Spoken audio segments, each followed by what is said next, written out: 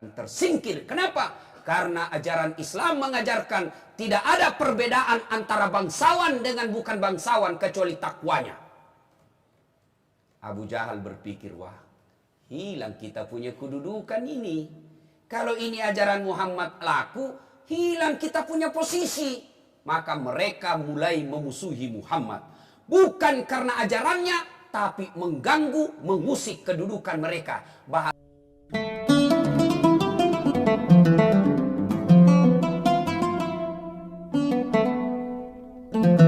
Wasallam usia sejak lahir sampai 40 tahun penduduk Mekah mencintai beliau. Bahkan orang-orang Mekah memberi gelar Muhammad pada saat itu dengan gelar Al-Amin, yang terpercaya. Satupun orang Mekah tidak pernah dirugikan oleh Rasulullah. Satupun orang-orang Mekah pada saat itu tidak memusuhi Rasulullah. Usia 1 sampai 40 tahun. Ketika Rasulullah 40 tahun dan dideklarasikan, dilantik menjadi Rasul dengan tugas La ilaha illallah Muhammad Rasulullah, tiada Tuhan selain Allah, Muhammad utusan Allah, jangan sembah kecuali Allah, jangan sembah kecuali Allah, dan yakini Muhammad sebagai Rasulmu. Penduduk-penduduk Mekah mulai terusik, terutama bangsawan-bangsawan Mekah. Apa ini ajarannya Muhammad? Tiada Tuhan selain Allah, Muhammad sebagai Rasul. Tidak enak ini ajarannya Muhammad. Kenapa? Mereka merasa kalau ini ajaran diterapkan, agama nenek moyang kita akan hilang. Tuhan-Tuhan kita yang 4, Latta, Manat, Susa, dan Hubal akan tersingkir. Yang paling meresahkan mereka bangsawan-bangsawan Quraisy. Kalau ini yang terjadi, maka kita bangsawan Quraisy akan tersingkir. Kenapa? Karena ajaran Islam mengajarkan tidak ada perbedaan antara bangsawan dengan bukan bangsawan kecuali takwanya. Abu Jahal berpikir, wah, hilang kita punya kedudukan ini. Kalau ini ajaran Muhammad laku, hilang kita punya posisi. Maka mereka mulai memusuhi Muhammad. Bukan karena ajarannya, tapi mengganggu, mengusik kedudukan mereka. Bahasanya nak gaul sekarang, zona nyaman. Dia enak ini, terusik ini dengan ajarannya Muhammad. Maka dia merusak gelisah. Sama kita juga sekarang. Mereka yang sudah menikmati jabatan, sudah menikmati rezim sekarang ini, marah kalau ada yang ganggu rezim ini. Kalau ini yang terjadi, kacau kita. Maka Abu Jahal mulai menyerang umat Islam pada saat itu. Siapa mereka serang? Budak-budak. Kenapa? Awal-awal Islam yang menjadi pengikut Islam umumnya mayoritas budak. Kenapa? Mereka simpati dengan ajaran Muhammad. Muhammad mengajarkan bebaskan perbudakan. Tidak ada kemuliaan kecuali hanya kepada Allah. Abu Jahal mulai tersisih. Maka mereka melakukan rapat. Rapatnya adalah bunuh Muhammad. Pada saat itu Allah perintahkan, "Oi Muhammad, hijrahlah kali. Kau tinggalkan Mekah." Pada saat itu sahabat-sahabat dianiaya. Bukan cuma barang-barangnya dirampas. Bukan hanya hak asasinya diserobot. Jiwa mereka terancam. Bahkan satu keluarga yang wafat mempertahankan kalimat tauhidnya, yaitu Sumayyah dan suaminya. Sumayyah budak diperintah oleh Abu Jahal, "Sumayyah, kau bilanglah, kau akuilah, kau nyatakan Muhammad sebagai pembohong, saya bebaskan kau menjadi budak." Apa kata Sumayyah? "Lebih baik nyawaku melayang daripada kau suruh saya mengatakan Muhammad pembohong." Marah Abu Jahal. Dia tikam Sumayyah, wafat. Manusia pertama yang wafat la ilaha illallah, membela agama Allah, adalah wanita. Dialah Sumayyah. Melihat keadaan ini, umat Islam semakin terpojok, umat Islam semakin terhina. Akhirnya Allah perintahkan, "Muhammad, kau hijrah." Sahabat hijrah sembunyi-sembunyi. Kenapa? Pada saat itu siapa yang ketahuan hijrah, mereka ditangkap dan dibunuh. Satu manusia yang hijrah dengan penuh kejantanan. Siapa? Umar bin Khattab. Dia sholat 2 rakaat dulu di depan Ka'bah. Lalu dia bikin deklarasi. Saya Umar bin Khattab hari ini mau hijrah dari Mekah ke Madinah. Siapa yang coba-coba mau berpisah kepala dengan badannya, halangi mak. Kalau mau kau mati, coba mau kau halangi saya. Umar bin Khattab secara terang-terangan menyatakan diri hijrah. Sampailah Rasulullah hijrah ke Madinah. Sampai di Madinah pun ternyata umat Islam tetap diteror.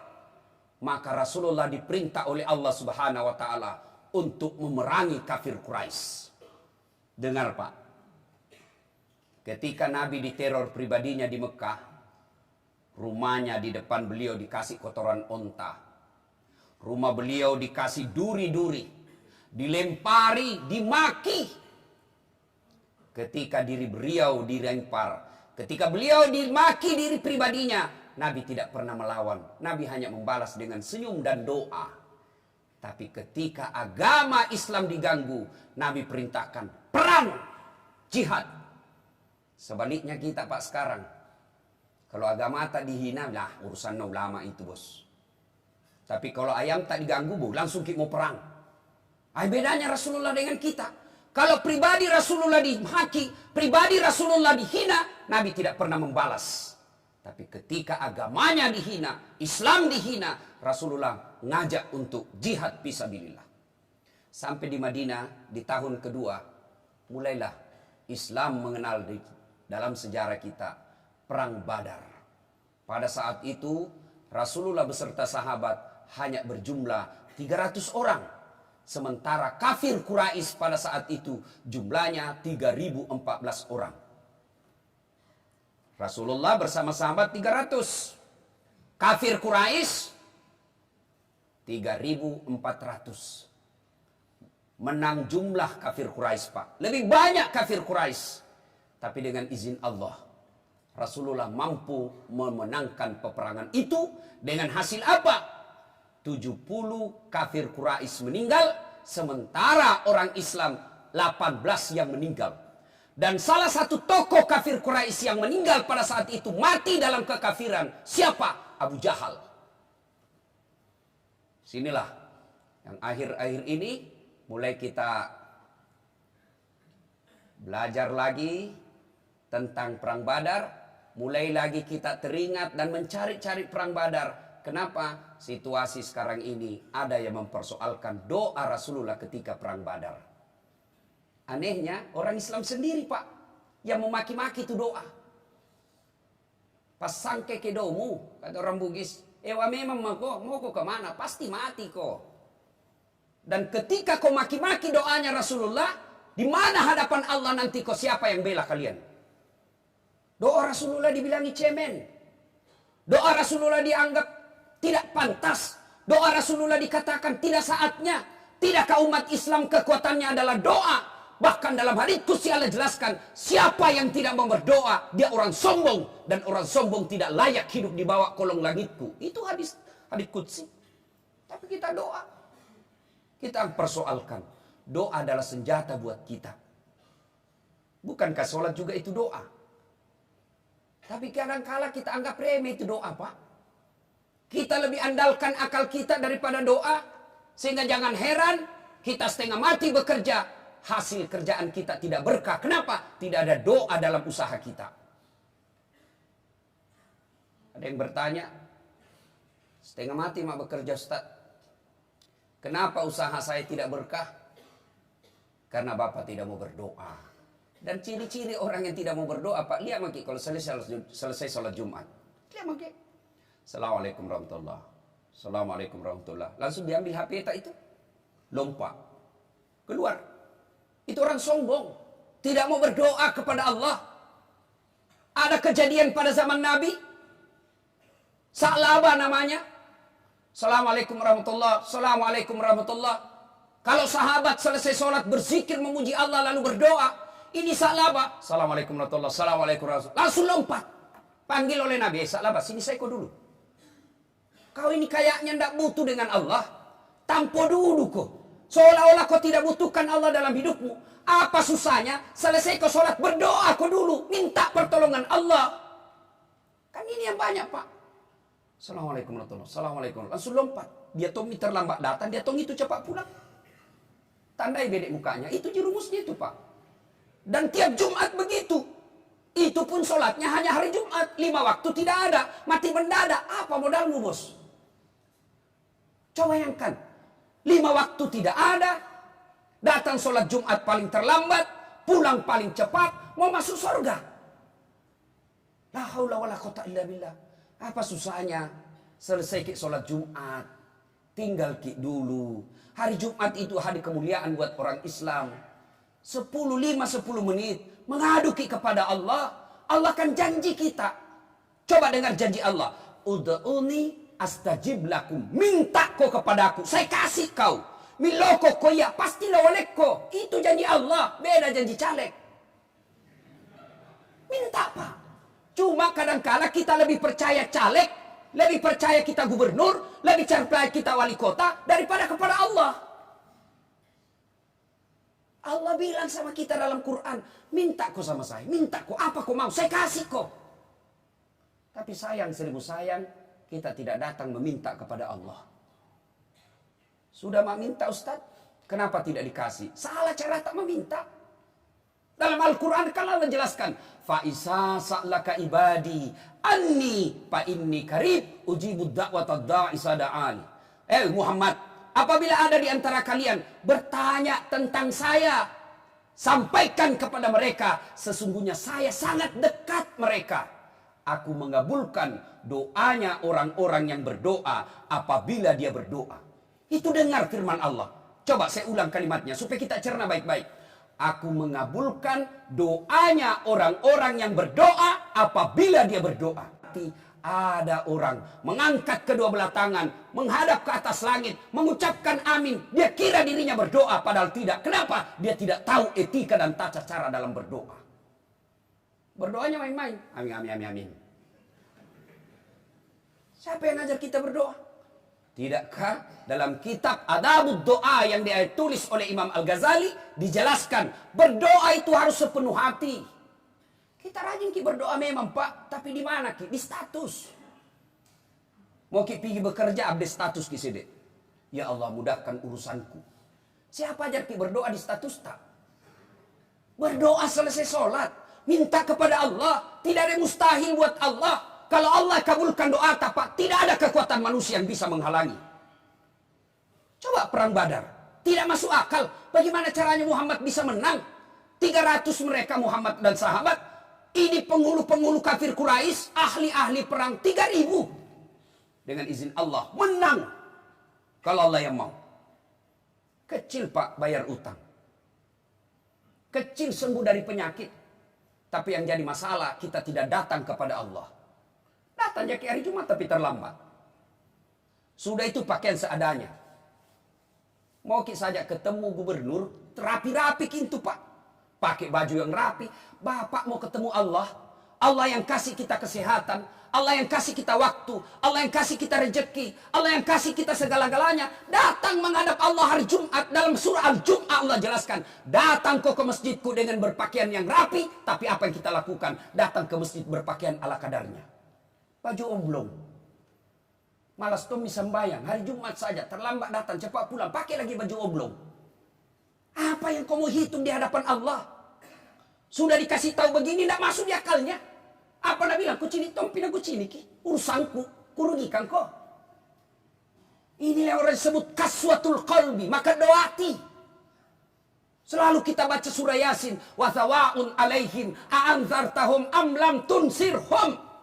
La yu'minun. Kau sampaikan ayat Allah atau tidak, kau ceramai atau tidak, kau nasihati atau tidak, sama saja mereka tidak akan beriman. Ini mina kena ayatnya Allah. Pulang tidak ada perubahan. Sementara kalau ajal menjemput, tidak ada istilah isi ulang Pak. Kalau kuota tak habis masih bisa lagi isi ulang, tapi nyawa tak habis, tidak ada isi ulangnya. Yang lebih heran sudah tua, sudah pensiun.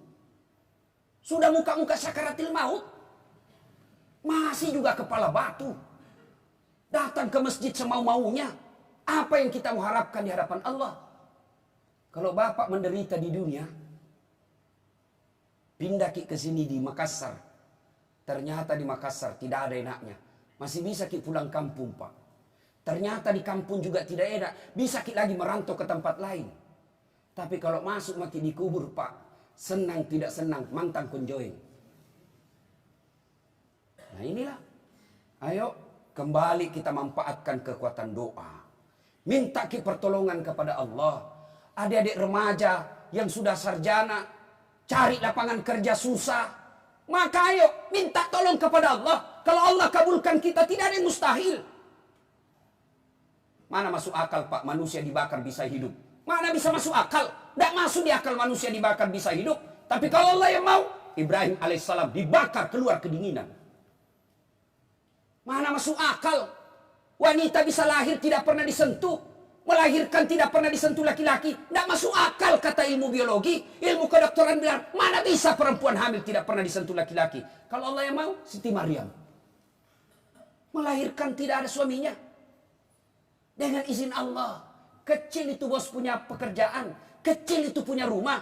Yang jadi masalah, dekati Allah. Allah dekat sama kita. Apapun yang Anda mau pasti dikasih. Pun kalau tidak dikasih apa yang mau, percayalah itu yang terbaik buat kita. Cuma kita lebih percaya sama manusia. Lebih senang kita datang kepada tim sukses. Lebih senang kita datang kepada anggota DPR. Lebih senang kita minta tolong sama pejabat. Nah bilang, Tuhan akan pilih kepada di situ. Urus dirimu. Kau lebih percaya sama itu temanmu yang pembohong daripada saya Tuhanmu. Allah janji kita. Allah ajak kita setiap sholat. 5 waktu kita selalu nak panggil Allah. Hayya alal falah. Sini kok, sini. Itu karena Allah janji. Nak panggil ki Allah. Hayya alal salah. Sini ku sembahyang. Hayya alal falah. Sini kok, saya kasih kau kemenangan. Allah ajak kita sini, saya kasih kau kemenangan. Hayya alal falah itu kan artinya, mari saya kasih kau kemenangan. Allah panggil kita. Tapi sengaja aja kita tinggal di luar. Sebentar pi masuk, masih lama itu khutbah baru habis. Bagaimana Allah mau memperbaiki hidup kita? Sidang Jumat yang saya muliakan. Mudah-mudahan Jumat kali ini menjadi evaluasi buat kita. Allah Subhanahu wa ta'ala sudah janjikan, kau datang kepadaku, saya kasih kau apa yang kau mau. Pun kalau saya tidak kasih apa yang kau mau, jangan pernah buruk sangka. Berarti apa yang kau minta tidak baik buat kalian. Memulai perbaikan ini, memulai perbaikan itu, ayo. Jumat depan kita datang lebih awal, Pak. Datang lebih awal. Sunnahnya itu hari Jumat datang lebih awal. Kita catat baik-baik dalam hati kita. Jumat depan datang lebih awal. Sunnah mandi dulu.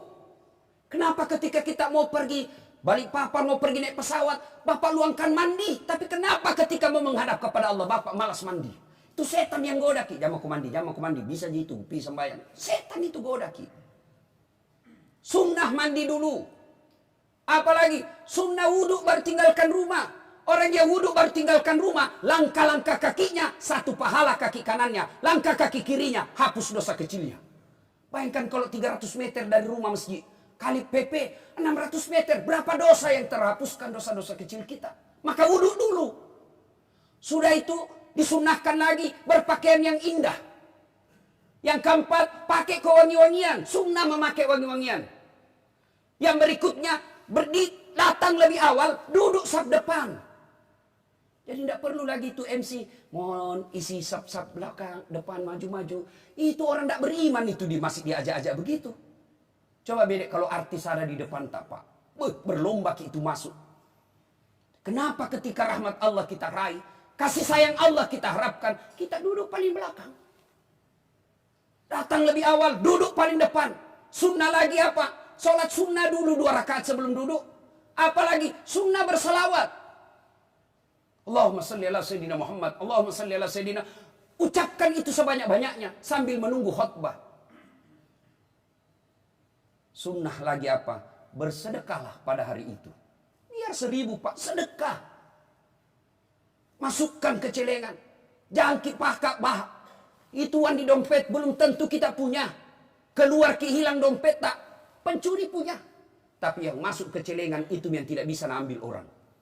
Hari Jumat bersedekahlah. Kemudian apa lagi? Pada hari itu banyak-banyaklah berdoa. Selesai sholat Jumat jangan langsung pulang. Tinggal sejenak 5-10 menit mengadu kepada Allah.